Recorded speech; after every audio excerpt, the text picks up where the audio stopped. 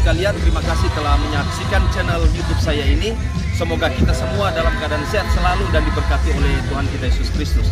Jangan lupa subscribe, like, share di channel YouTube saya ini. Semoga kita semua diberkati oleh Tuhan kita Yesus Kristus. Amin. Yang berbahagia pada saat ini, mari lambaikan tangan. Walaupun banyak beban, banyak masalah, banyak pergumulan, tetapi kita tetap berbahagia karena Yesus bersama dengan kita. Amin. Hari ini aku rasa bahagia. Haleluya. Yes.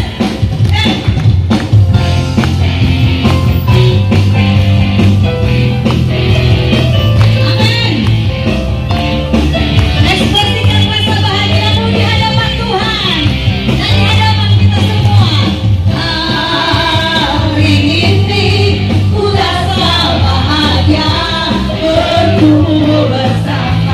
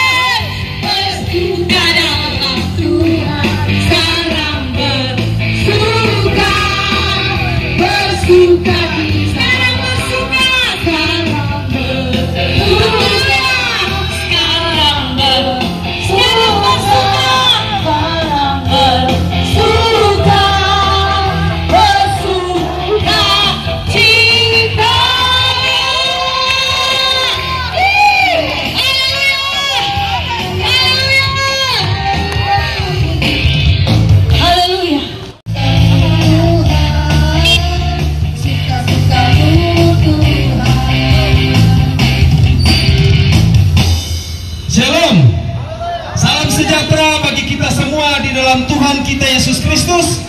Assalamualaikum warahmatullahi wabarakatuh.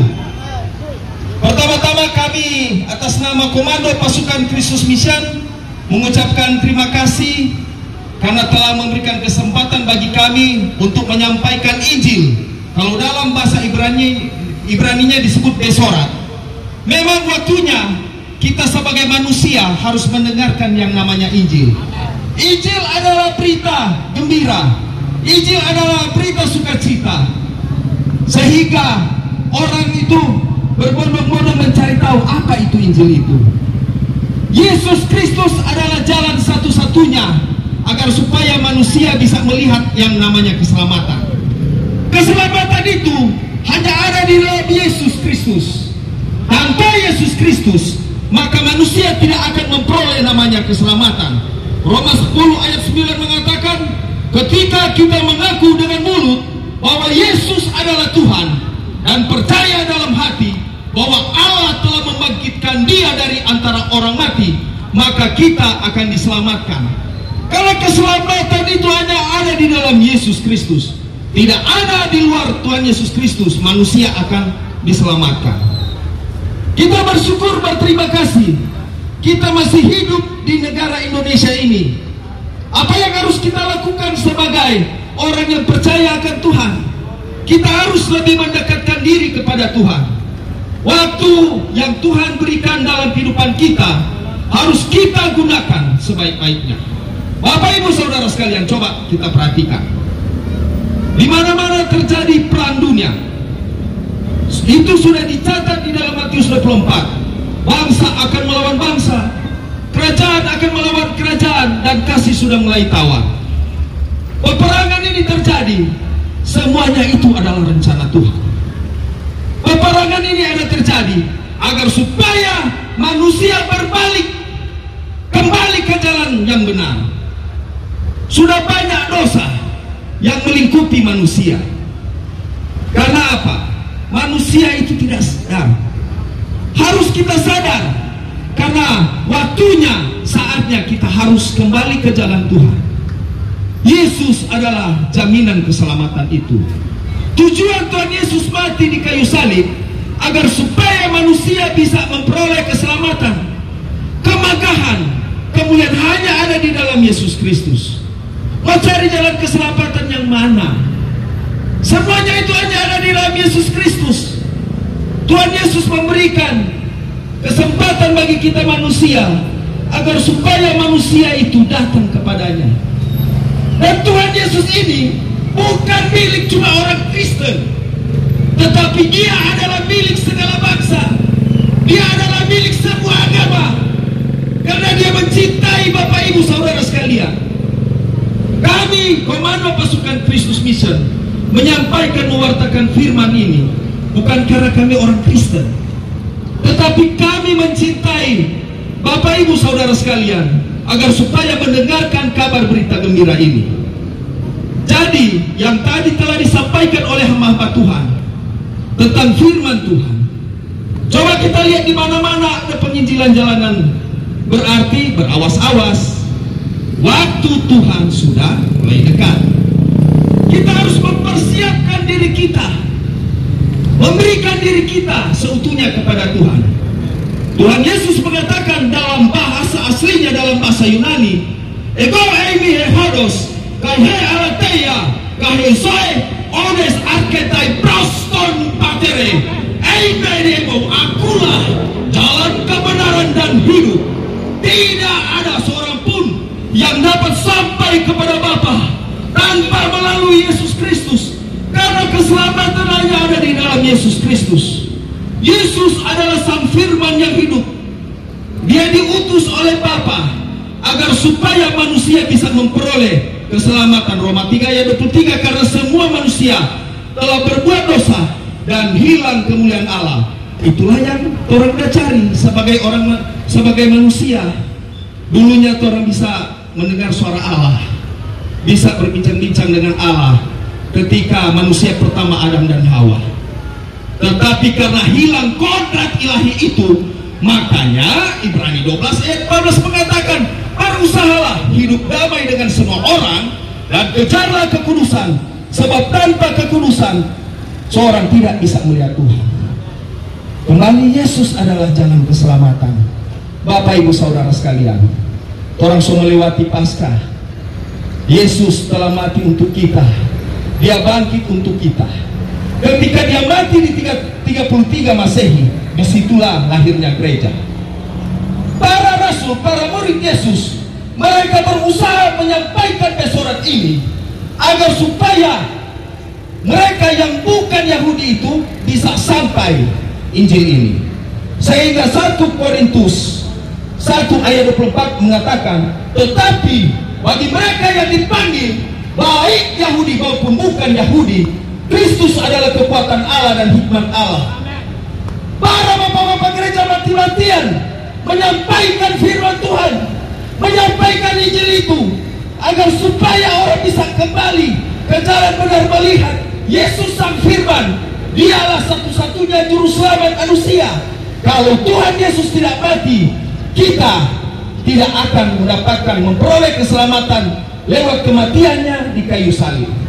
Tuhan Yesus telah mengorbankan dirinya di kayu salib, mati untuk kita. Sekarang apa yang harus kita lakukan sebagai orang Kristen?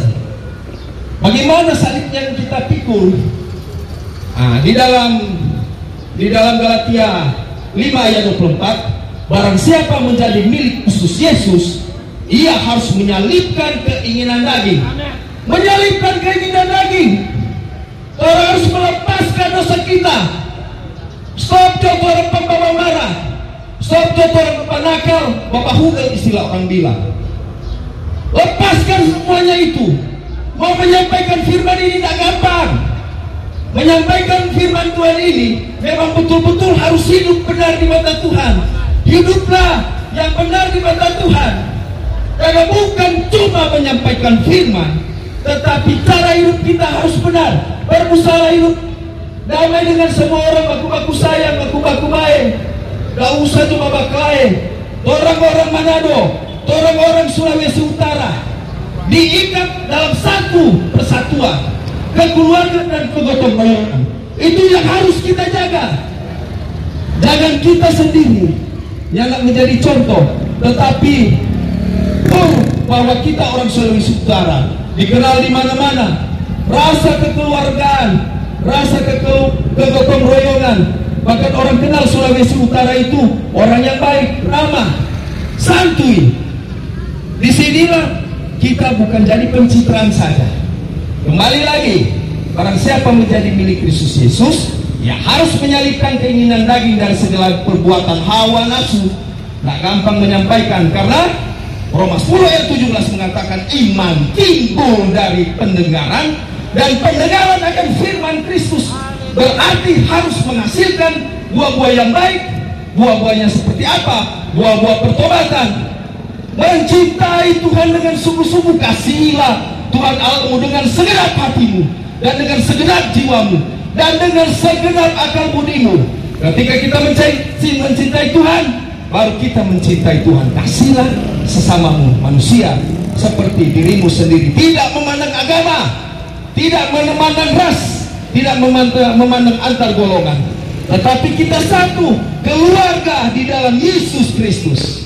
Bapak Ibu Saudara sekalian, memang Tuhan menyampaikan khotbah ini agar supaya mengingatkan kepada kita, Tuhan so mulai dekat.